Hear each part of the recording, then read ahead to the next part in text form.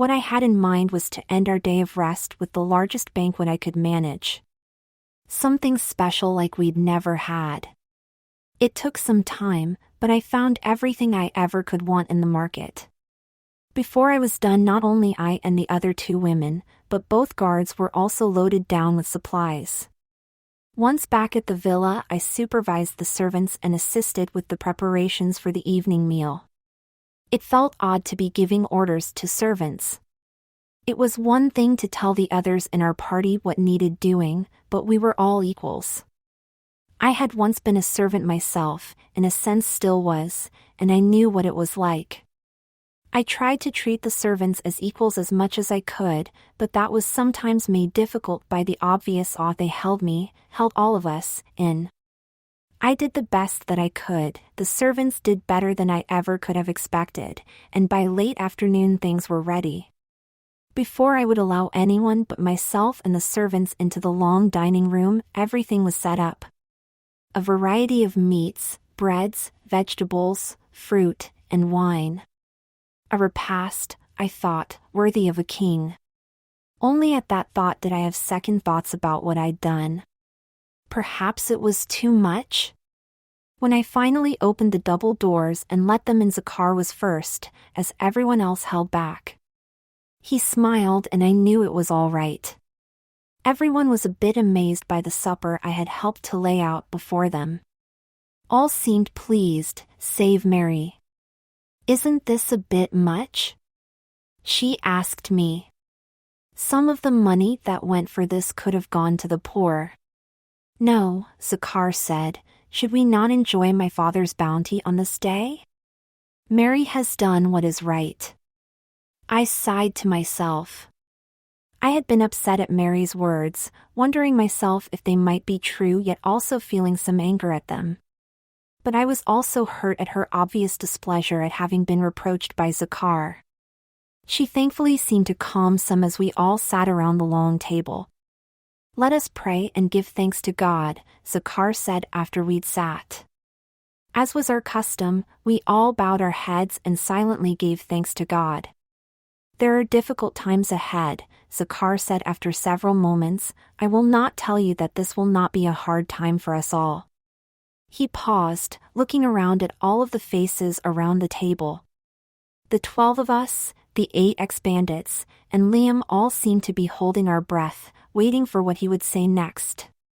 "One of you here at this table will betray me." For several heartbeats none of us reacted, we were all too shocked. "Who, Lord?" Liam asked, recovering first.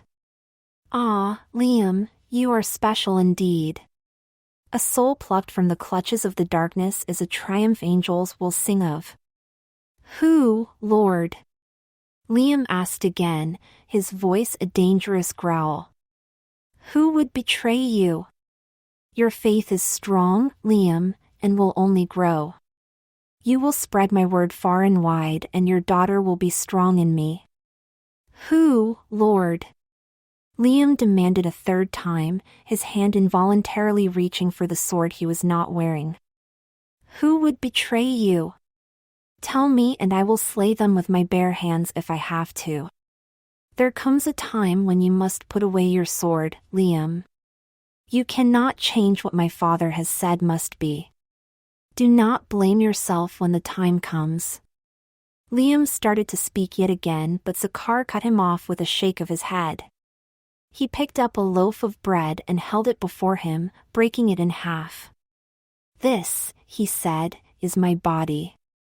Eat of it and take strength from it." He handed half the loaf to me. The other half he gave to Marcus, who was on his left. Not knowing what else to do, I took a small piece of the half of loaf I held and ate it, passing the rest to Mila, who was to my right. The 2 halves of the loaf were passed from person to person down the table until all had eaten some of it.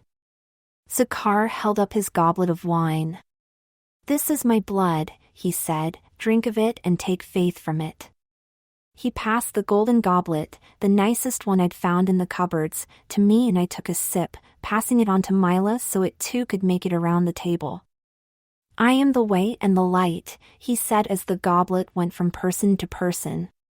Through me you will reach my Father and find everlasting life. He paused. Never forget this night. We won't, Lord, Marcus said, and many of us nodded. Let us eat, Zacchaeus said after the goblet had returned to him, and enjoy each other's company. Somehow most of us were able to put what he'd said out of our minds, if only for a little while, and enjoy our meal. Mary excused herself not long after we'd started eating, looking pale and still upset. I wasn't surprised. Of us all she was perhaps the friliest, and she had been looking somewhat sickly ever since we had gotten to Netterin. Liam was still clearly troubled, but kept his own counsel. When the meal was done, I helped the servants to collect what was left over. Custom was to give whatever was left on the table to the poor, but even with the great amount of food we had left, I feared it would be little more than a water drop in a river given the great number of people who had been outside the villa walls earlier. May we help? Liam asked, surprising me as I returned from the kitchen. He was waiting just past the door with two of his men. Yes, thank you, I replied. He nodded and he and his men went to the kitchen, carrying out the basket of leftover food. Zacchaeus was waiting by the gate when we got there. Perhaps you should wait inside, Lord? Liam suggested, clearly nervous. There are the sick and infirm out there, Liam, and I must help them. Liam nodded, clearly not happy about it but not willing to push things further. I opened the gate for the men and went out into the waiting crowd with them to do what I could. Thankfully the food went much further than I thought it would. Once the food was gone, I watched as Liam and his men went out among the crowd, stopping here and there. It took me a moment to figure out what they were doing. They were being careful about it so as not to cause a riot, but it was clear that they were handing out money. Some of what they stole, Zacchaeus said to me. The rest will go to charity. It's too bad it cannot be returned to its rightful owners, I said. That would be impossible, of course. It wasn't likely that the bandits had kept ledgers or collected the names and addresses of those they'd robbed. True, but at least it will do some good and it will help ease Liam's burden just a bit, as well as that of those who receive it. Little good ever came from money, we should be glad for this much. I nodded, and watched as Zacchaeus himself moved off into the crowd. Along the outer wall of the villa were the sick, the lame, lepers, and others who had been brought or been able to bring themselves to be healed. He went to each of them, and as I'd seen so many times before, prayed over them, laid on his hands, and they were healed. It's amazing, Liam said from behind me, surprising me yet again. What is? I asked, and then realized that he had never seen this himself before. The way he heals people like that, I've never heard of such a thing. I don't think there ever has been such a thing, I replied, or such a man. There was some noise in the crowd to the left of us. One of Liam's men was in some sort of trouble. A beggar had grabbed his arm and refused to let go. Liam's man was trying to be careful, trying not to hurt the older man, but it seemed like he was starting to panic and part of the crowd was starting to close in behind him. Liam and I rushed to help extricate the man. By the time we returned to the gate with both Liam's men, the crowd had started to dissipate some. Whether because of the lateness of the hour or because they believed the money to be gone, I don't know. I opened the gate and Liam's men headed back towards the villa. I was about to walk through myself when Liam grabbed my shoulder. Wait, he said, where is he? I felt a sense of dread suddenly come over me. I don't know. We both scanned the crowd but did not see him. You, old man. Liam said to a man who was laughing as he removed now apparently unnecessary bandages. Where is Zacchaeus? The holy man? I do not know. He healed me, healed us all, and then he was gone. I wasn't paying attention, I don't know where he went.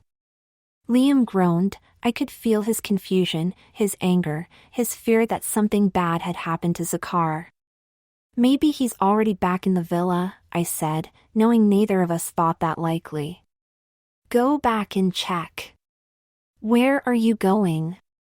Liam demanded. I'm going to look around. He might have wandered off to heal someone else or something. Then I'll go with you, Liam said determinedly.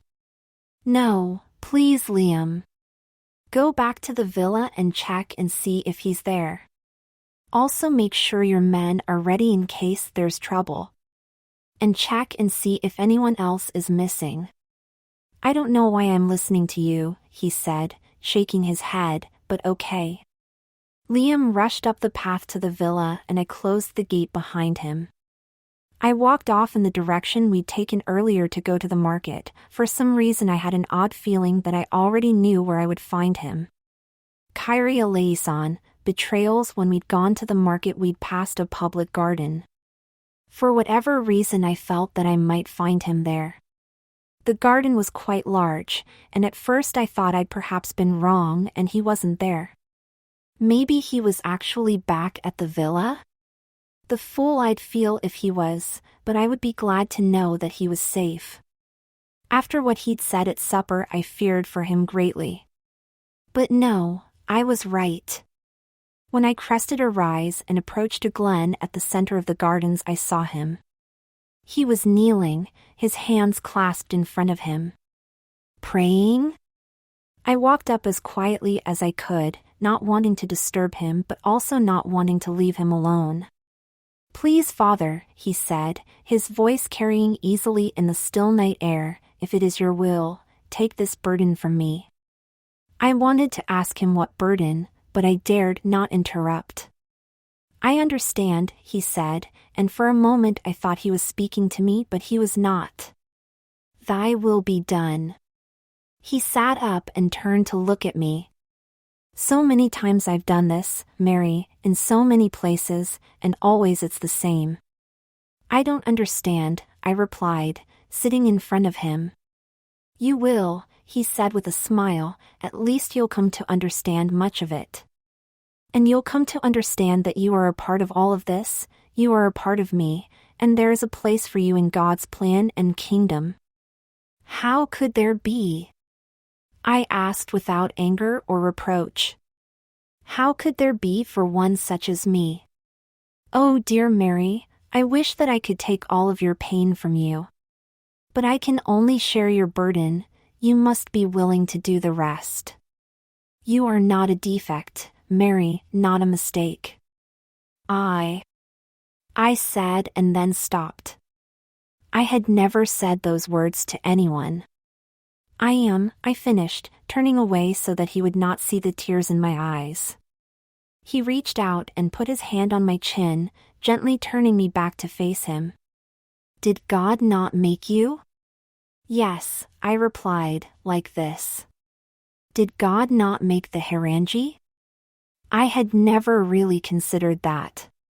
They say the Harangi are of the dark. What do you think, Mary? I don't know, I said. No, I do not think the Harangi are evil, but I'm not sure they're exactly good either. They just are. Like most things they serve a purpose, and that purpose can be for good or evil. I nodded, it made sense. So God made you the way you were, and God made the Harangi to do what they do.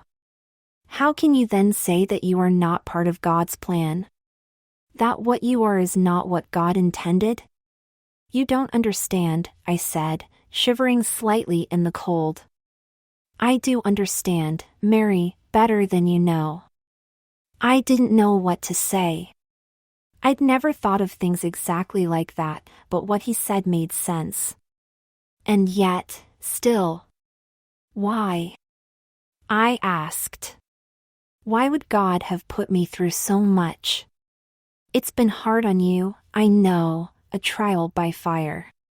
But you have come through it a better person. There are some things you could only learn this way, things that God knew you would need to know. The ways of my Father can be mysterious to us, Mary, but they always have their purpose. You just have to learn to have some faith. That's not easy for me. I know, but you're learning. He sighed. My time grows short, Mary. I must ask you to leave me now. What? Why? What I do now I must do alone. Return to the villa and wait for word of me. Please, no. I must. I cannot turn from the path my Father has laid out for me. This is too important. And you, dear sweet Mary, he reached out again, those beautiful eyes so sad it broke my heart, and caressed my cheek. You would be a temptation. Please don't add to my burdens. Please leave me now. I wanted to yell. I wanted to tell him that I would not leave him, not then and not ever. I wanted to demand that he return to the villa with me. But looking into those sad, beautiful eyes, I could not. Tears pouring down my face, I rose and walked back the way I'd come. My tears were falling so hard I could hardly see to walk, and I became disoriented and lost my way. Finally, I just fell to my knees by a large bush and cried. How could he send me away when I was just, finally, starting to understand his message? How could I be a temptation, my presence a burden? God's plan, always God's plan. I was growing so tired of trying to puzzle it all out. Why did God's plan always have to seem so cruel to me? And yet, could I always question it? Could I deny God? I tried to have some faith, but it was so hard for me. I was startled by the noise of several people coming up the path not 20 lengths from me. Soldiers, I saw, a dozen of them or perhaps more. And a woman with them. The woman turned towards me, and for a moment I thought she had seen me, but if she did, she gave no indication of it. It was Mary. I'd known her too long not to be able to recognize that profile in an instant. What was Mary doing away from the villa in her condition? What was she doing here, and with soldiers no less? She must be in some sort of trouble. Had something happened at the villa? I had to try and help her, but I didn't want to be seen by the soldiers for fear I would be captured too. I waited until Mary and the soldiers were well past, and then hurried after them as stealthily as I could. Zakar was still in the glen where I'd left him, still kneeling and apparently deep in prayer. As they approached, the soldiers dispersed, hiding behind bushes, rocks, and part of a stone wall that had fallen into disrepair. What were they doing? I had to wonder as I myself hid behind a tree. Of us all, only Mary did not hide. She walked up to Zakar and waited. After a moment he rose from his prayers and then stood. So you have come, he said, his voice tired. I was worried for you, she said sweetly. We all were. What was she doing? Worried for him? And so she'd come with soldiers? This made no sense. Don't play the innocent with me, woman, Zakar replied. I know what is in your heart only too well. So you say, so you have always said. She shrugged. Fine, have it your way. She leaned over and gently kissed him on the cheek. At that the soldiers rose as one and rushed to him. I almost cried out in my surprise and horror. I should have seen this coming. I should have known. I should have warned him to run away, do anything. But I'd not seen anything before it was far too late. He did nothing as the soldiers manhandled him. He did not fight them or try and run away. As they pinned him to tie his hands behind him, his tunic was lifted for but a brief moment. I'm sure none of them saw it, but I did. He had a star-shaped scar upon his abdomen. I stood there, masked behind the tree, too shocked to move or even think, as they led him away. It was some time before I made my way back to the villa, sticking mostly to the shadows for fear that the soldiers might be looking for me as well. When I finally returned, the villa was in an uproar. Everyone was in the main house, most of them trying to question me in a torrent of voices. "Marcus is missing," Liam said to me, his voice silencing the others, as is Mary. "Marcus?" I said in surprise. "Where did he go?" "He rushed out to search for Zakar when we found that he was not here." "I do not know where Mary went." "She betrayed him," I said, wiping away more tears. "She betrayed us all." "Soldiers arrested Zakar in the garden." Everyone fell silent except Liam, who made a sound deep in his throat that was very much like what you might hear from a dangerous animal before it attacks. "Then we must free him." "No," I replied. "No, Liam, you cannot. There will be dozens of soldiers at the prison." "No, hundreds. There are but 9 of you. What could you hope to accomplish save getting yourself killed?" "He would not want that." "We must try." I reached out and hugged Liam, feeling his pain and anger. "No. Do you not think that if he wished to be free he would be?" "How can you say that?" Jacob demanded. "Easily," I replied with a sigh, "because it's true." "Do you think his father would deny him his will?" "I do not understand," Liam said. "If he commanded the trees and rocks to defend him, they would. If he told the walls to fall in upon the soldiers' heads, they would. If he ordered the sky to reach down and slay his enemies, it would. There is nothing he could not do, nothing that could deny him, if it was his will." I sighed again. If it was his father's will. I cannot pretend to understand this, but this must be his will, it must be God's plan for him. "What do we do now, Mary?" Mila asked me. "We wait," I replied. "We wait and we pray." I turned to Liam. "I want you and your men to leave now," I said, knowing he wouldn't like this, "and head back to the forest. Wait for me to send word to you." "Why?" he asked. "Mary has betrayed us, Liam, and she knows about you. Who knows how much she may have told them? I know you have reformed, but they would not need any excuse to arrest you or your men, and I do not wish to see more of my friends in prison." Liam shook his head. "My faith is in God and in our Lord. My life is in their hands, whatever they may decide. I will not abandon him now and run away to be safe, I must stay." I hadn't really thought he would go. "Fine, then at least send your men away. And have them take whoever of the rest will go. At least some of us can be safe." One of Liam's men, the one who had been troubled by the beggar in the crowd, crossed his arms. "I stay." "We all will stay, Mary," Judah said. "Mila?" I said, hoping that at least she could be convinced to go.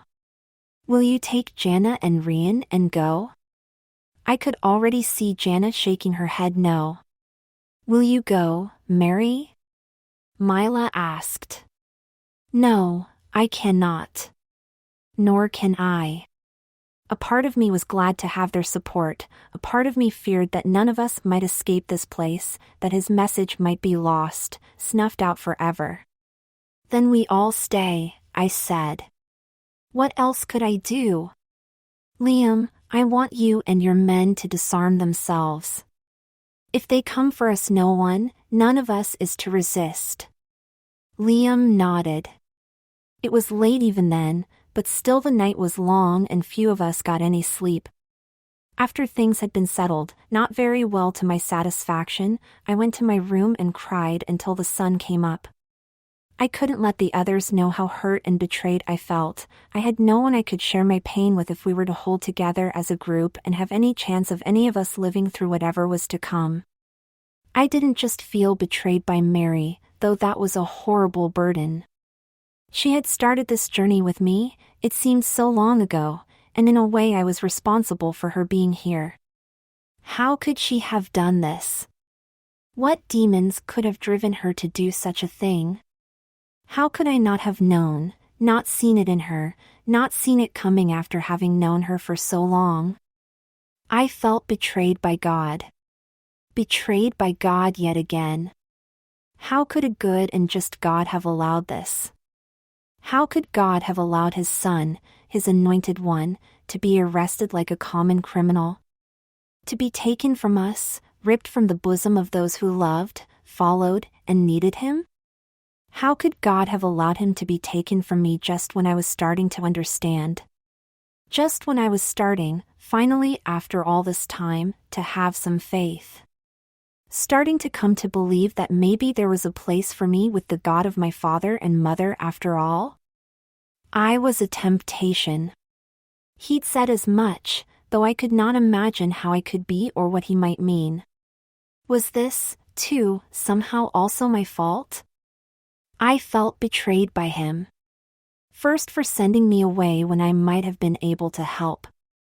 Might have warned him. Might have been able to distract the soldiers. Might have. Anything, there had to have been something I could have done to help. If nothing else, I deserved to share his fate. To be arrested too, if that was what had to be. And then there was that scar, the ultimate betrayal. It could mean only one thing: he was Huron. How could he have not told me, knowing as he did what I was? He was a holy man, the Son of God, the Messiah. I firmly believed all of that and knew it to be true right down to my soul. And yet he was Huron. Knowing that would have changed everything for me, would have made me believe. If only I'd known.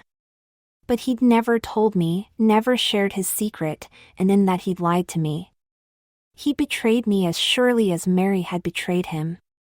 The message, yet again, was that I was not worthy, somehow not good enough.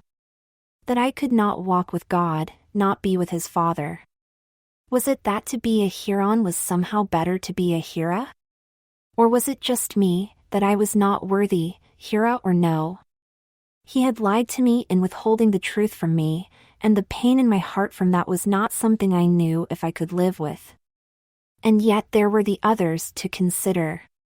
They looked to me for direction and strength. Even Liam, with his great strength and intelligence, looked to me. I could not betray them the way I had been betrayed by Mary, by God, and by the Son of God. I slept fitfully for a short while and rose shortly after noon, starting to dress. Marcus had not returned or someone would have come to tell me. I feared that he, too, had been arrested, but I had to know. Mark and Judah were by the gate when I approached, watching and waiting. They wanted to go with me, but I made them stay. A woman alone, I argued, would not draw attention in the crowds. But a group of us might. It was safer for them to stay. They didn't like it, but they stayed. It took me quite some time to hear any word of Marcus' fate, and I was starting to worry that my asking around might be attracting the kind of attention I would prefer to avoid. Finally, I overheard a vendor telling someone that a prisoner was to be publicly whipped in the square. It could have been anyone they were talking about. Such things are not uncommon, but in my heart of hearts I knew it would be Marcus long before I found the square the vendor had spoken of. When I finally returned to the villa, I was surprised that there was no one by the gate. I would have thought for sure that Liam, if no one else, would never leave it unguarded. I'd told them not to resist, but that didn't mean they shouldn't at least be warned. As I approached the main house, I saw Mila, Rian, and Jana, all sitting on the porch, holding each other and crying. "What has happened?" I asked, dreading their answer. "They came for the men right after you left," Mila said, wiping their tears. "Soldiers, they took them. No one resisted, just as you said, the soldiers were even polite. They didn't want us," Rian said. "I don't know why. I knew, they didn't see the women as a threat. But they were looking for you, Mary, Mila finished. Oh God, how could you do this to us? Heedless of their cries to me, I rushed to my room. The three women hurriedly followed, entering my room with me before I could close the door and lock them out. How could this be happening? Why hadn't Liam listened to me? They could have escaped last night, they could have been free. Instead, they had been taken and now it was just us four. I sat on my bed and closed my eyes. I wanted to shut them out, wanted to shut everything out. I wanted to cry, but I had no more tears left. There was a huge hole within me, an emptiness and loss that could never be filled. Did you find Marcus? Mila asked after a time. I saw him being whipped in the square, I told them. Mila started to cry again and Rian held her close. We have to leave, I said after Mila had calmed some. All of us. We have to leave and go our separate ways. Leave if you must, Mary, Jenna replied, I will not. The other two nodded their agreement. Don't you understand? I cried. We have been betrayed by everything we hold dear. We've been betrayed by Mary, we've been betrayed by God, we've been betrayed by him, by Zakar. How can you say that, Mary? Mila asked. God would never betray us, nor would our Lord. Fine, then I have been betrayed. How? Jana demanded. You wouldn't understand, I said, shaking my head. Please tell us, Mary, Rian said. In the garden, I said with a sigh, I saw something when they arrested him. Something I never expected to see. No one else saw it, but I did. I saw a small scar on his abdomen, I saw that he is Huron. So? Jana said. What does that matter? I knew you would not understand. I took a deep breath. I have to show you all something that will probably make you hate me. I'm sorry, but I must. I stood and removed my dress, standing before them in only my underthings, the star-shaped scar on my abdomen apparent. A red mark standing out like an accusation. I am Hira. I waited for their shocked reaction, but it never came. We knew that, Mary, Rian said softly, we've always known. What? How? I was too surprised to give voice to any of the thoughts that tumbled through my mind.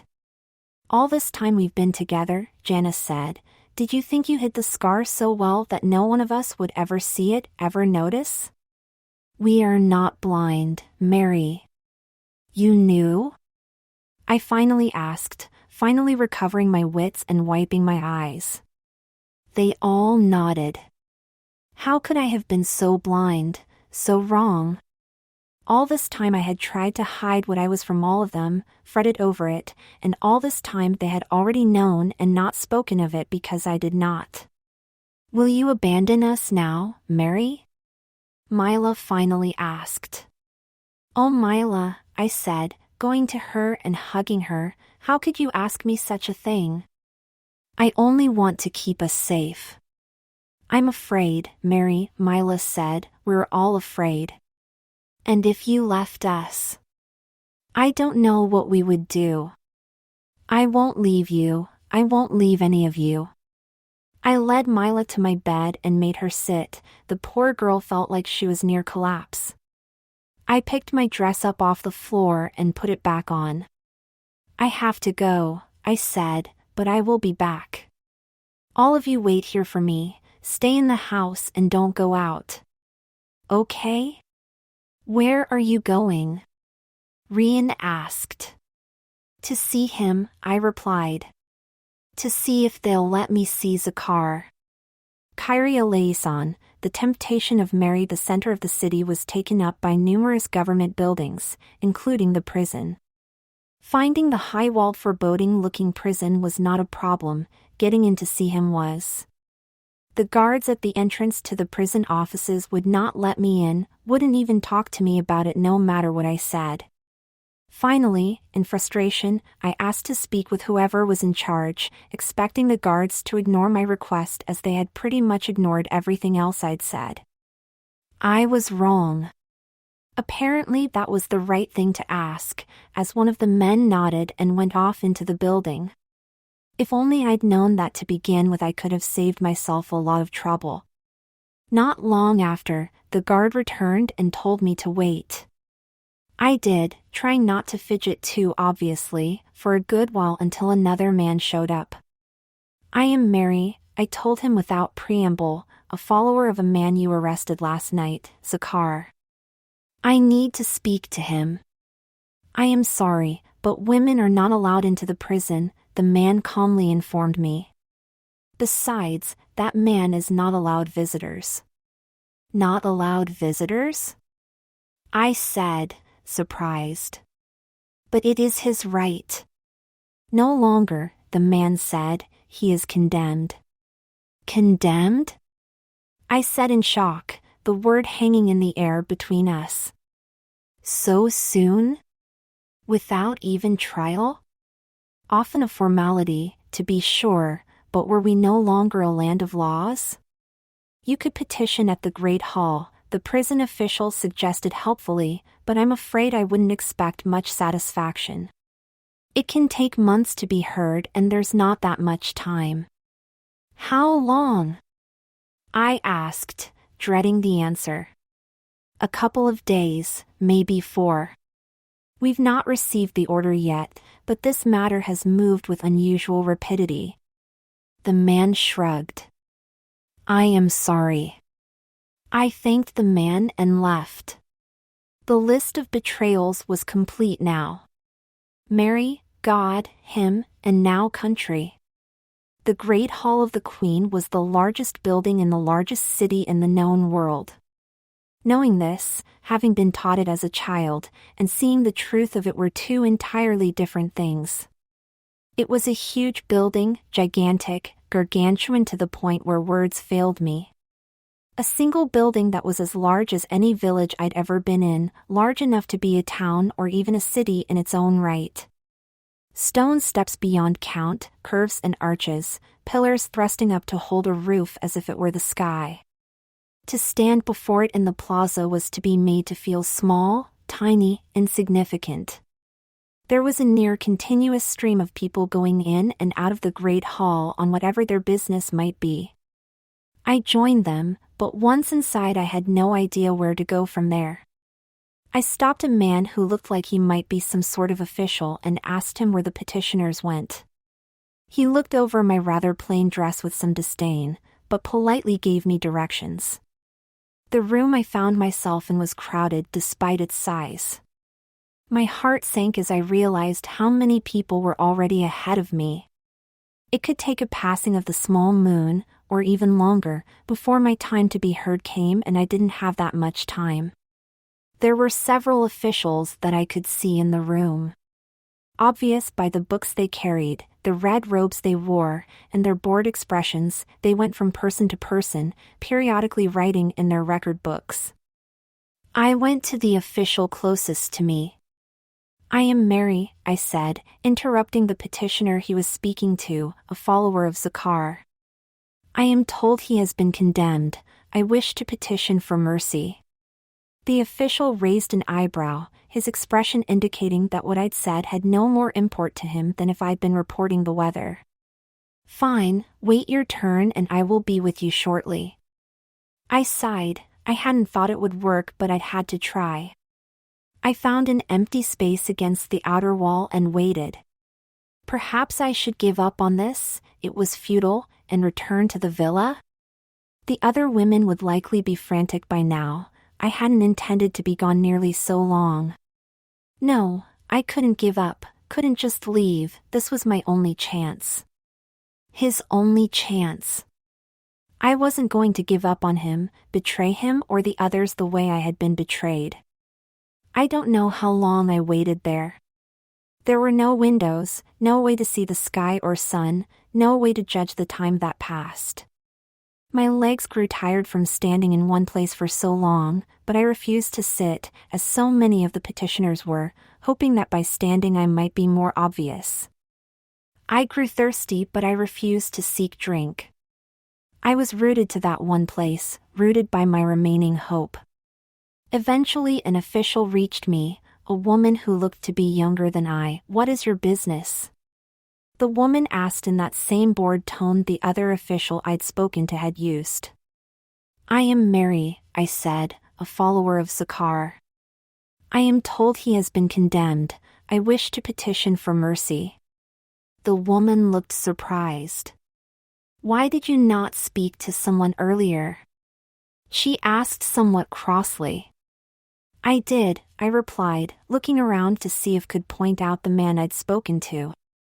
He was nowhere around, though. The woman grunted. "Follow me," she said. I followed her and she led me out of the petitioner's room and into a much smaller room where an elderly man sat behind a desk. "This one is here about the holy man," the woman official told him. "She says that she is a follower of his." "Oh," the man said. "Wait here." We waited and the man left the room, returning only a few moments later. "Take her for an audience," the older official told the woman. An audience? I wondered. An audience with whom? An audience? The woman asked, echoing my thoughts. "You heard me," the man said, seeming almost as surprised by what he was saying as the woman was. The woman led me out of the office and through a maze of corridors that seemed endless. Finally, she brought me into a long room ending in two double doors that were several times my height. Two formidable-looking guards stood in front of the doors, taking no notice of us. "When the guards let you in, stop no less than 20 paces from the Queen's dais and curtsy," the woman said. I looked at her in shock. I started, then stopped as I didn't know what to say. "You do know how to curtsy properly, don't you?" the woman asked. I simply nodded, too surprised to feel insulted. "Good. Speak only when spoken to, keep your head bowed, and always refer to the Queen as Your Majesty or simply Majesty, understood?" I nodded again. "Good luck," she said, and walked back the way we'd come. Why was I to have an audience with the Queen? Why would she wish to speak with me? This was not such a matter of import, was it? Well, it was to me, but I had expected that if I was lucky I would give my petition to some official in the hopes that it would be heard. I hadn't expected anything like this. I didn't have long to wait, nor time to collect my scattered thoughts. The huge doors opened inwards and the guards stood aside, one of them motioning me forward. I did as the woman official had bade me, walking into the audience room with my back straight and as proud as I could manage. I was keenly aware of how poorly I fit into this setting, my dress still dirty with the dust of the road, my long hair pulled back more in the manner of a peasant than a lady. I was keenly aware of the irony here. Mary, who had spent most of her life as the wife of a rich man, used to dealing with the powerful though never one so powerful as this and well schooled in the manners of a woman of some influence, would have been much more at home here than I. Much more able to successfully present her case. I had been born into a wealthy family, true, but that was so long ago. I'd left at such a young age, and what schooling in such matters I had received had been as a boy. I stopped at what I judged to be 20 paces from the dais, and curtsied. I knew I was supposed to keep my head bowed, but I could not help but look up. This was merely an audience room, but it was more ornate than anything I'd ever imagined. Carvings in the stone were gilded with gold and silver, great curtains of velvet draped over the back wall, a curved ceiling rose far above my head and was painted with a scene from the sacred texts. The Queen, or at least the woman I assumed must be the Queen, sat in a large ornate chair. She was late middle-aged, or perhaps a bit past middle age, with a face that appeared surprisingly kind and a great mass of blonde hair piled upon her head in a fashion I'd never before seen. Beside her stood a small woman in the robes of a priestess, glaring at me quite obviously. Flanking them were two guards, muscular stone-faced men who were alert and clearly quite dangerous. "Which one are you?" the queen asked without preamble. "She is his whore," the priestess responded before I could say anything, "the one they call Mary." "Was I asking you or her?" the queen inquired of the priestess, clearly annoyed. "Majesty, I was merely," the priestess said. "By what right do you speak of a supplicant to my court thusly?" the queen demanded. "Do you know her to be a whore?" "My apologies, Majesty," the priestess said, knowing she had overstepped her bounds. "Leave me," the queen said with a wave of her hand. "Majesty, I should be present for." "Begone!" the queen thundered.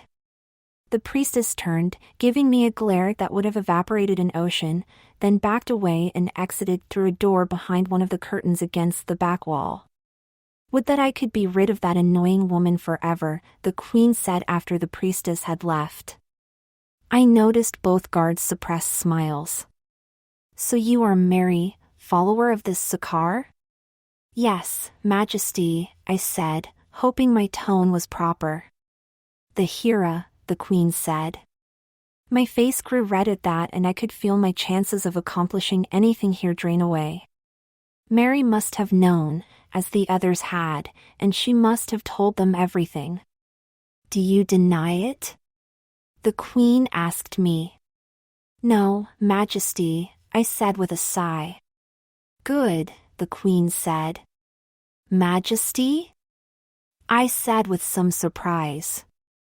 "Unlike that sniveling toad I just sent away, I do not care if you are Hera. I do not even care if you are his whore." The queen held up a hand to stop any protests. "What I do care about is that you not be a liar. If you had denied it, I would have had you killed." "How could I have denied it?" Clearly she already knew, and it would have been so easy to check. "Guards, leave us," the queen said. The two guards wordlessly turned to her, bowed, and left through the same door the priestess had used. "You intrigue me, child," the queen said after the guards had left. "Does that surprise you?" "Yes, Majesty," I replied, "very much." She nodded. "Come closer, I wish to see you better." I walked to the steps of the dais and stopped. "I would not have expected you to be so beautiful," the queen said. "The other one, your betrayer, she spoke much of you. I think she feared you." "I am not one to instill fear in others, Majesty," I said in surprise. "Mary did not fear me, I did not think. Hate me, perhaps, but fear me?" "I am," the queen said. "And you?" "Beautiful, intelligent, and clearly strong-willed, or you would not have made it this far. These are things that people respect, child. Things some people fear. Small-minded people, like that priestess I sent away or the woman who betrayed you. She did not so much betray me as she did he who I follow, Majesty," I said. "She betrayed you, child, have no doubt of that. She wanted us to arrest you most of all of his followers. She betrayed you, your holy man, she betrayed all of you. I am not sorry that she is no more." "Majesty?" I asked. What did she mean by that? "Your betrayer is dead, child, my men found her this morning. She cut her abdomen open with a knife sometime in the night and died. Very messy, I'm told." The queen shook her head. "This whole matter has been very messy, made messier by her death, as her husband is a powerful man and will have to be told. But I do not mourn the death of such a woman, nor should you. But I do, Majesty, I said with a sigh. No matter what she'd done, Mary had been a friend, a companion, through our journeys. The Queen watched me for a bit, then nodded. Do you know what the problem is with fanatics, child? She asked me. No, Majesty, I said, surprised at the sudden change in her tone. They don't understand politics. I do not understand, Majesty, I said, feeling like somehow I should. I am your queen. To you that probably means that I can do anything I wish, correct? Within reason, Majesty, I replied, within what is allowed. Within what God will allow. It is not God I am concerned with, child, the Queen said with a smile. God rarely takes an active hand in the affairs of state. No, what I am concerned with is maintaining my power, and that requires that I keep everything in line. There are many forces pulling on me, many people I must keep happy. Or, at least, reasonably satisfied. Yes, Majesty, I said, not wishing to contradict her. Your holy man has done much good, I am not blind to that.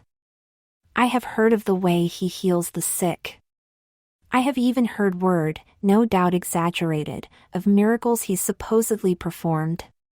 If it were simply up to me, I would leave him be. I have no quarrel with him or with God, he is no threat to me. Then why arrest him, Majesty? I asked. Because your holy man has made many enemies. Powerful enemies. Surely you know this? Yes, Majesty, I replied. I was far from unaware about how the Church had taken many of his teachings. And now he enters the capital city, my city, during this holy time. The people talk, child, and word reaches not only my ears but that of his enemies as well. The people say that he is the Messiah, the King of Kings. There is no king, child, and there will not be until and unless I name one of my sons as successor. But still, he is no threat to me, to my power. Let the people have him, let them say what they will of him. After the holy day has passed, he will again be forgotten. And if he were to become a threat, I would deal with him as I needed, but I do not think he would. I do not think that is what he came here for. You have followed him for a long while, have you not? Yes, Majesty, I replied, for over 3 years. The Queen nodded. So I was told. Tell me, am I right? Yes, Majesty, I said, he does not lust after your throne. I thought not. You see, there is my problem. If it were simply up to me, I would be content to leave him be. But it isn't simply up to me. The Church hated him even before he came to this city. This talk of he being the Messiah has them in an uproar such as no one has ever seen. Like bees around a hive, their machinations know no bounds. It was the Church, you know, who your betrayer went to. And there's the nobles. Some of them love him, others hate him. Enough others that they cannot be ignored. So, you see, even though he isn't a threat to me, he is a threat to me indirectly, and something must be done. Without the support of the Church, I would be greatly diminished. Without the support of the nobles, there would be little money coming into my coffers. They all demand action, and I must do something or face great risk, even war if the Church or the nobles were to openly defy me. And they just might. Would you have me go to war for this one man? Majesty, She shook her head. I must put an end to this now, once and for all, thus we come to this pass. I have no stomach for killing this holy man, but either another way must be found or he must die. Another way, Majesty? I asked, feeling a glimmer of hope rekindled. That, my dear Hera, is where you come in and why we are speaking like this. I have spoken with your holy man and offered him a way out. All he would have to do is tell the people that he is not the Messiah, and I would set him free. The church would not like it, of course, but they would accept it. But he refused me. Apparently he would rather die. He is a stubborn man. I suppose I would have been disappointed in him if he had accepted my offer. Then what can I do, Majesty? I asked. It does not have to be him, child, though it would be better if it were. The people know of you. It is said that you sit at his right hand and are his chosen. If you were to deny he was the Messiah, that and other things would be enough to diminish the threat he represents to the church. The nobles I would deal with in my own way. Other things, Majesty? I asked. That he is Huron. She said. Her eyes narrowed. You did know that, did you not? Only recently, Majesty, I replied. So she knew. Of course she knew. What had I been thinking? They would have found out after the arrest, one way or the other. I do not understand, Majesty. You know that he is Huron. You know that I am Hera. Why have you not simply told the people that? Why indeed? Why not diminish him that way? She snorted, a very unqueen-like thing to do, it seemed to me. Would that it were enough. In the provinces that may still mean something, but here? She shook her head. Not so much. Telling the people that might even cause them to love him more. That seemed quite unlikely to me, but it was not my place to say. Understand this, child, she said, what I wish of you is not a simple speech and then it is done. I was willing to make this offer to you even before we met. I am only too happy to now that we have met. What I want is for you to join my court. Become my head priestess if you wish. I would be only too happy to be rid of that harridan I have now and I could push it through the church.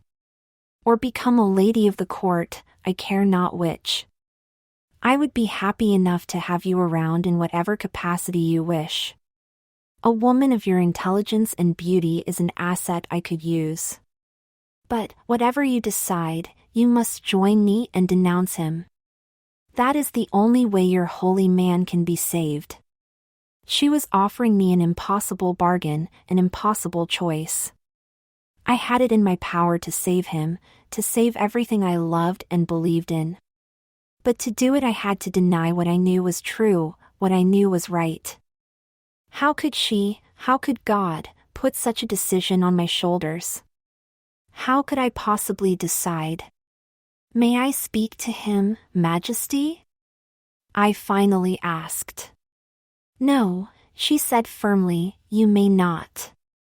Then I am sorry, Majesty, I said with tears in my eyes. I cannot do as you ask. I cannot deny him. She nodded solemnly.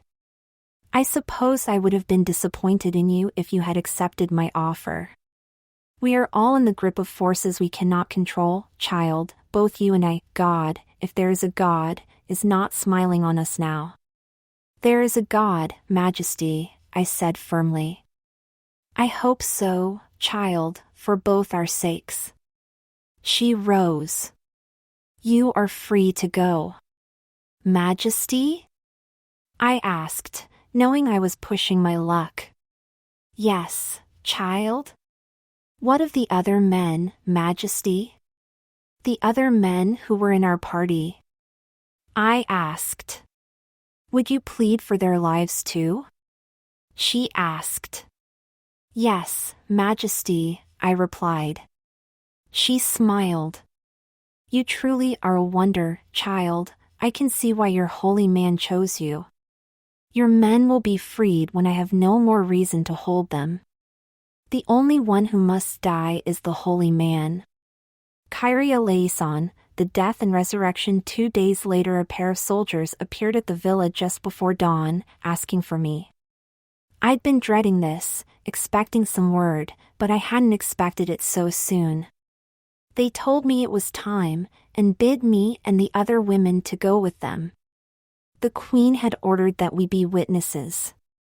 I hated her for that, not for myself but for the others. The soldiers were solemn, respectful, and they gave us time to don our mourning clothes before they led us through the nearly empty pre-dawn streets to the outskirts of the city. Out of the eastern gate, the four of us and the 2 guards marched to a small hill not far outside of the city walls. More soldiers were there, some looking bored and others clearly uncomfortable with this duty. A small crowd had already formed, people from the city who had come to see the spectacle. And more were arriving, most looking like they were just out of bed. Worst of all, there was the device that would be used to kill him, already set up and waiting. I had heard of impaling, though it was rarely used. In most of the land considered a legend, something from olden times. It wasn't, clearly, though I'd hoped to never see such a thing. Just the sight of the apparatus made me wish to retch. The thought that he would die upon this thing was almost more than I could bear. Several of the people who had come to watch took note of us and the soldiers with us.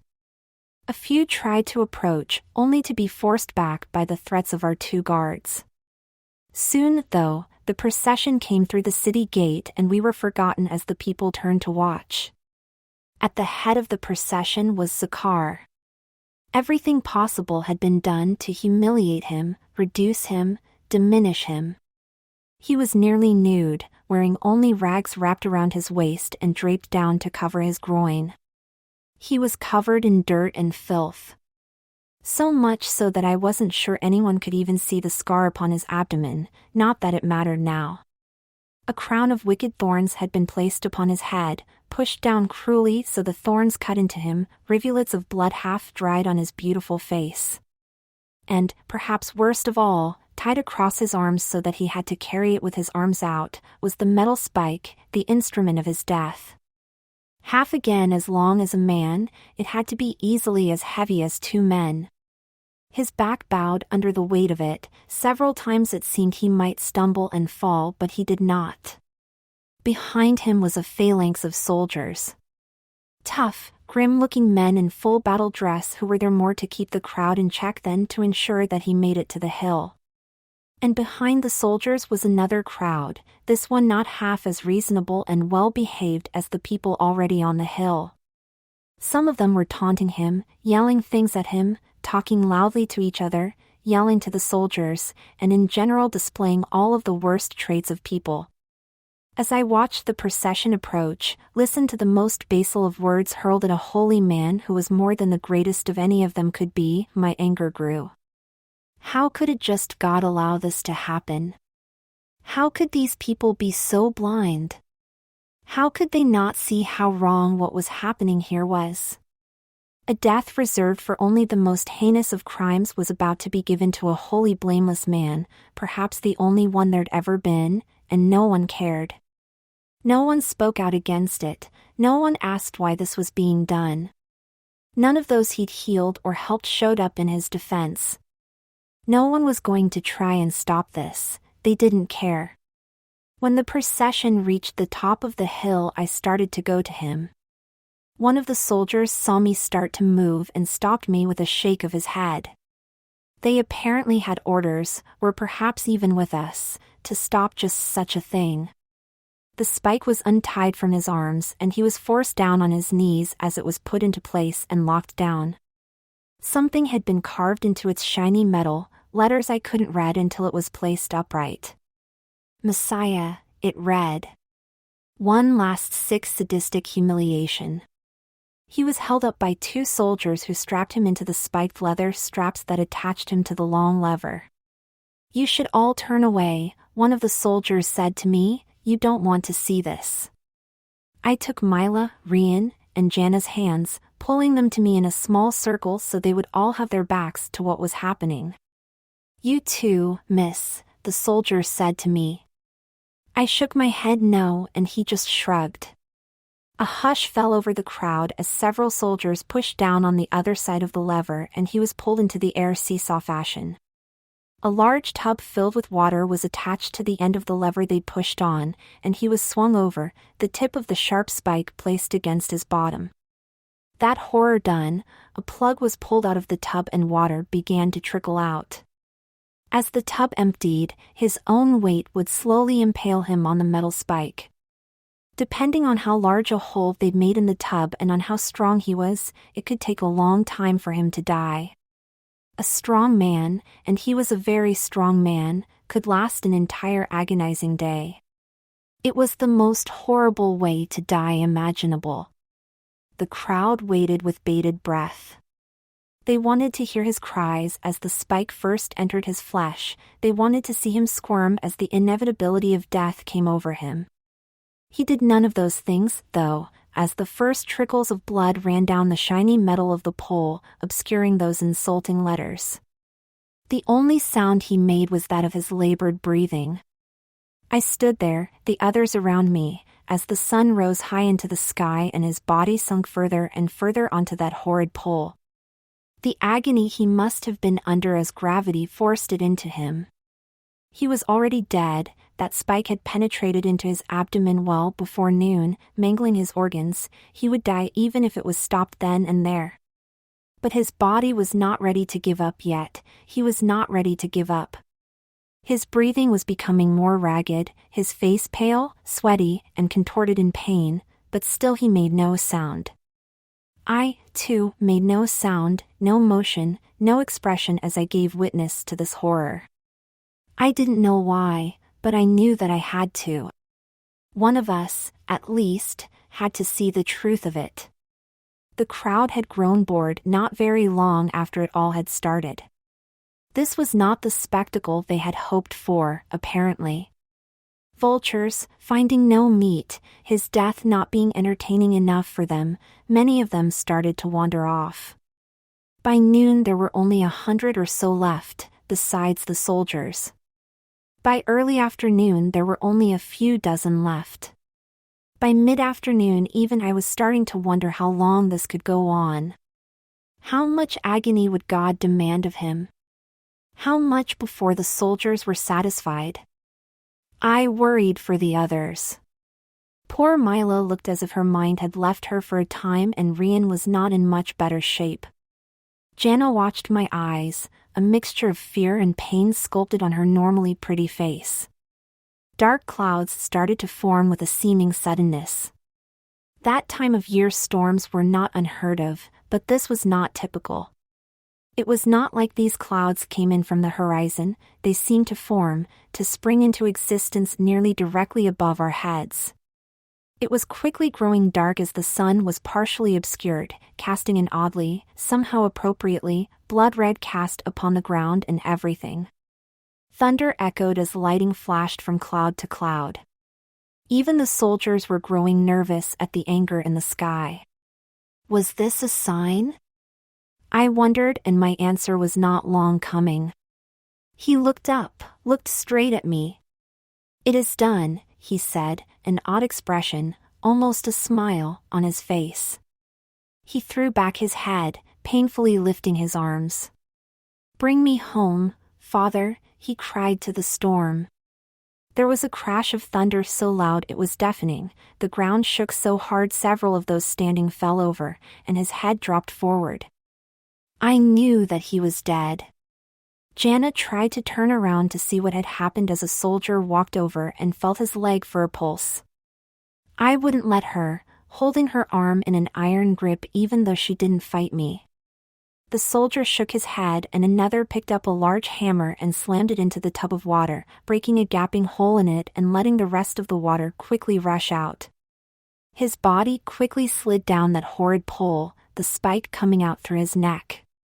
The soldiers undid the straps around his body, then pulled him and the pole out of the ground and carefully laid him down.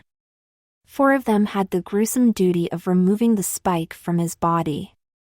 That done, I finally allowed the others to turn if they wished so they could see the truth of his death. They did. Mila fell into a heap at the sight of him. Rian, crying, turned back almost before seeing his body. Jana stood and watched as the soldiers covered him, her body rigid and her fists clenched. One of the soldiers who were guarding us helped me to get Mila up and we started back for the city and the villa. "Do you claim the body?" one of the soldiers asked me when we'd reached the villa gate. "Yes, I do," I replied. The soldier nodded. "It will be brought to you." "He was a holy man," the other soldier said, "the first time he'd spoken, and we killed him." "Yes," the first soldier said tiredly, "we did. May God have mercy on us." They brought the body not long after and Jana and I performed the rituals, wrapped him, and prepared him for burial. Word came from one of the servants that Peter, the man whose villa we were staying in, had offered to give his tomb for Zakar. I was thankful for that, at least. We also got word that a tornado had touched down in the city while we had been on the hill. From the description, it had happened right about the time he had died. The tornado had damaged only one building, touching no other. The first church had been wiped off of the face of the planet, not a scrap of it or any of the people who had been inside was found. God's wrath, far too late to do any good. That evening the men returned to us. All of them, thankfully, and aside from Marcus, none of them had been seriously harmed. I was glad to see Liam again, to have his strength especially with me, but heartbroken by the news I had to give them. Liam was especially stricken. I wondered for a while if he would be able to contain his anger and his hurt. He did, though, as did the others, and we comforted each other through the night. The next morning we took his body and placed it in the tomb. Liam and his men rolled the giant boulder in front of the entrance, sealing it forever, while the rest of us prayed. There was some debate over what we should do next. Now that he was gone, a few argued that we should all go our separate ways. Others, myself included, felt we should stay together. Either way, it was clear that our best course was to at least stay in the city a little while longer. We were all close to exhaustion, both physically and mentally, and 2 of our number were well beyond that point. Some of Marcus' wounds had become infected, he was feverish and weak and wouldn't be able to travel. And Mila's mind seemed to have left her for good. She hadn't said a word since we had returned from that hill, didn't seem to notice or react to anything. We had to feed, change, and bathe her, and I wished desperately that I knew what to do for her. Every morning I would leave the villa and go to his tomb. I brought flowers from the garden to place on the rock and I would pray. For the first time in my life I had taken up prayer. Like so much, it seemed too little too late, but I wanted so desperately to understand. Why had this happened? Why had God allowed for him to be taken from us? How could God allow his holy chosen, his Son, our Messiah, to die? To die in such a horrible manner? And what should we do, what should I do, now that he was gone? I needed answers and he was no longer there to provide them. So I prayed to God for enlightenment but none seemed forthcoming. Usually Liam and some of the others came with me. I welcomed their company, each of us was holding together only by drawing on the strength of us all. But on the 3rd morning all were asleep when I arose and I was unwilling to wake them. They were all so tired, so exhausted, they needed all the rest they could get. I realized something was wrong when I was still some distance from the tomb but I couldn't place what it was. As I hurried along the path I realized what it was. The stone was gone. No, moved. How could I have been confused about that? I stopped in front of the tomb, my breath quick with both exertion and fear. Feeling dread down to my bones, I walked into the tomb, afraid of what I would find. It was as I had feared, his body was gone. The wrappings were still there, still in the shape of a man as if his body had somehow evaporated and left them behind. I rushed out of the tomb, looking around frantically for any sign of the ghouls who had stolen his body. "He is not here," a feminine voice said. I spun around, nearly falling over my own feet in my haste. A woman was sitting on top of the ceiling boulder, which had somehow been moved 10 or 20 paces from the entrance. "They've stolen his body," I said to her in anguish. "The body is nothing," she responded, pushing off of the boulder and jumping to the ground. "He is not here." I rushed to where she stood. "Do you know who did this?" I demanded. "Did you see them?" "Listen to my words," she said calmly. "He is not here." "I know that." I screamed at her. I shook my head and turned away. Clearly she was not going to be of help. I rushed back down the path. I would get the others and we would return to look for some sign of those who had taken his body. When I came to near the end of the path, I saw an old man, a beggar by the look of him, sitting on a rock. "Have you seen anyone come this way?" I asked him. "I see many people," he replied. "What sorts of people are you looking for?" "Horrible people," I said. "Thieves." "Have they taken something of yours?" "Yes," I said in frustration. No, none of mine, but they stole a body. The body of a holy man." "Ah," he said. "You've come from the tomb of the holy man. Are you a follower of his?" I replied. "Was?" he said, raising an eyebrow. "You are no longer?" "That's not what I meant," I said. "Look, I am in a hurry. Is there anything useful you can tell me? If not, I must return to my friends." "There is much of use that I can tell you," he said. "I know where the body you claim was stolen is." "Tell me," I begged. "First sit with me a bit," he replied. "I promise you that what you seek is safe and is not going anywhere." I sighed. I had my doubts that the old man knew anything, but could I take that chance? No, I decided I could not. I brushed the dust of the path from my skirt and climbed the rock to sit next to him. "Good," he said, "so many of the young ones these days, they do not listen. Now tell me, are you a follower of this holy man or not?" I said. "Again you say was," he said, "so you are a follower no longer?" "He is gone," I replied. "I cannot be his follower if he is no longer here." "But does his message not live on in you and yours? Do not his words live on? Do not his deeds remain with you?" he asked. "Yes," I said, "of course."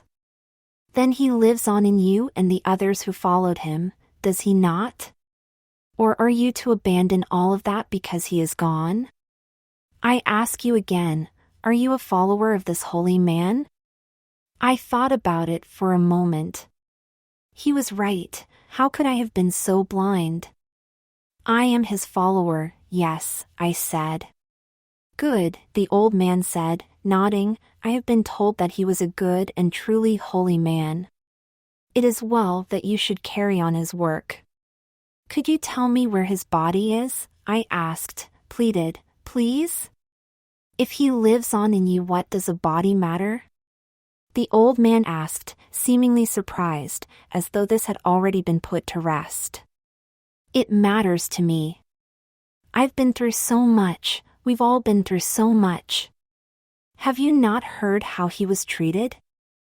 How he was arrested and put to death? A horrible business, that," the old man said, nodding, "but there is much horror and pain in the world. Is that not part of what he sought to ease, to heal?" "Yes," I replied simply. "I sense that you could use some healing, child." The old man said softly. "I sense much anguish in you, hurt, and even anger." "I have the right," I cried. "Perhaps," the old man said, but you need to release it if you are to go on. Tell me, why are you angry? I have been betrayed, I said. Would you not feel anger if you were betrayed? Nothing good ever came from anger, he said. Who has betrayed you? Mary, the Queen, him, God, I said, not knowing why I was bothering to tell him this. Him? The old man asked. The holy man? Yes, I said with a sigh. That is a serious charge indeed, the old man said grimly, for if he did indeed betray you then he could not have been a holy man. How did he betray you, child? There was something about him that he did not tell me, I said, something that would have changed everything for me. He kept it from me, making it as much as a lie. And a lie is a betrayal, is it not? A betrayal of my trust. It would be, the old man said, if indeed it was a lie. How could it not be? I wondered more to myself than to him. Perhaps he had good reason for keeping this thing from you? The old man gently suggested. What possible reason could there be? That I wanted to know most of all. Why had he not told me? Perhaps because it would have changed everything for you? The old man asked. Perhaps to tell you would have been wrong? How could it be wrong to tell me something that would have given me faith? Given, child, the old man said. Anything worth having must be earned.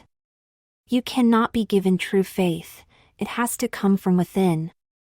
Perhaps he did not tell you this thing because it would have robbed you of that? You would have stopped looking for the answers and never would have known true faith.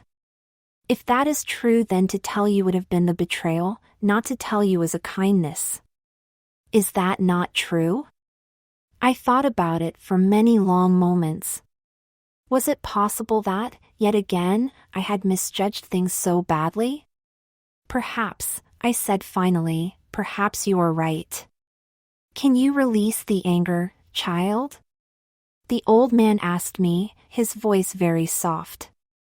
I looked down at my skirt, wishing to hide my tears from the old man. Can you release the anger? The old man asked again. Yes, I said, wiping my tears. Good, he said, his voice somehow different. I looked up and it was no longer the old man sitting on the rock with me. It was him, Zakar, looking whole and alive. In my shock I nearly fell over backwards off of the rock, but he reached out and grabbed my hand, steadying by my body and somehow calming my chaotic thoughts. I would never betray or forsake you, Mary, nor would my father. What vision is this? I said, shaking my head. It is I, Mary, I have returned to you. But you were dead, I said, I helped bury you myself. Death no longer has any power over me, he replied. He stood on the rock, helping me to stand. Go to the others, Mary, tell them what you've seen and bring them back here. I promise I will be here waiting. Kyrie eleison, Ascension. I expect the others thought I had lost my mind when I told them. To be sure, in my excitement I probably made little sense, everything pouring out of me in a disjointed torrent. But they came with me back to the path and he was there. He healed our own as he had so many others. Mila and Marcus were both whole again. He then went to each and every one of us, the 11 of our original group who were left and Liam and his 8 men, and, one by one, had each of us walk with him privately. Walk with me, Mary, he said to me after he'd returned with Liam. I was the last and I wondered what he'd said to the others. I tried to put that out of my mind as he followed him. I am sorry, Lord, I said after we'd walked up the path a ways. For what, Mary? He asked. For doubting you, Lord, I said, for believing that you had betrayed me. You've endured much, Mary, and you've always done what is right. For that I thank you. He said. How could I have done right when so often I've been wrong, Lord? I asked. When the queen tempted you, did you not deny her? Yes, Lord, I said, not surprised that he knew of that. That was faith, Mary, whether you knew it or not. He paused, turning to face me. I told you long ago that you had an important place in God's plan. There is much for you yet to do, but I will tell you this. You will marry and you will give birth to a child, a daughter. Teach her well so she will be strong in me as you are. I stared at him in shock. Me? Mary? Have a child? It was unthinkable, a desire I'd never dared hold. But if he said it was so? I didn't know how to feel, what to say. But there is something you must do first, before anything, Mary, he said. What, Lord? I asked. You must return to your parents and make your peace with them, he said. But Lord, they would never accept me. I said, feeling that old pain. Dear Mary, I would never ask the impossible of you, never ask something of you that you could not do. Would you deny your parents' peace? No, Lord, I said, of course not. Then don't deny yourself peace either. Go to them, Mary, you are their child, their daughter, they will come to understand. Go to them, make your peace with them, and tell them of me. Yes, Lord, I said, if that is your will. It is, Mary, for you and for them. He turned, leading me back the way we'd come, back to the others. I will be with you, Mary, always. I rejoined the others and he stood upon a rock to speak to us. I was sent by my Father to bring healing, faith, and hope to the world. I am the way and the light, through me all may reach God. Any who believe in me will know forgiveness, any who believe in me will find life everlasting. I send you, my children, out into the world like seeds of faith before the storm. You will spread my word, keep my name and my teachings alive. I bid each of you to travel to every corner of the earth and spread my word. Go to the greatest of cities and the smallest of hovels. Where you find those who will listen, those whose hearts and minds are open, stay and teach them as I have taught you. Where you find hearts and minds closed, stay not. Shake off the dust of that place when you leave, and woe be to them when the end times come. Go to the next place and seek those who will hear you. Go forth, and spread my word, and remember that God is with you, I am with you always. He smiled to us, his face literally glowing like the sun, and raised his arms. As we all watched, mouths agape, he started to rise into the heavens. I am with you, always, he said again, only his mouth did not seem to move and the words were in our minds and not our ears.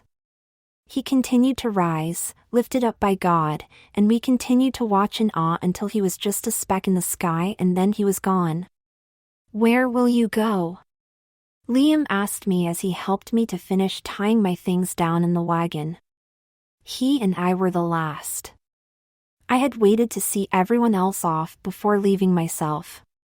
I was sad to see them go, I would miss them all. But it was his will and thus there could be no doubt that it was right for us to do so. Sirong Province, I said to him, to the home of my parents. He nodded, seeming unsurprised. Would you mind a companion on your journey? He asked. I looked at him, surprised at the shyness I heard in his question. I would like that, I said after a moment, and smiled.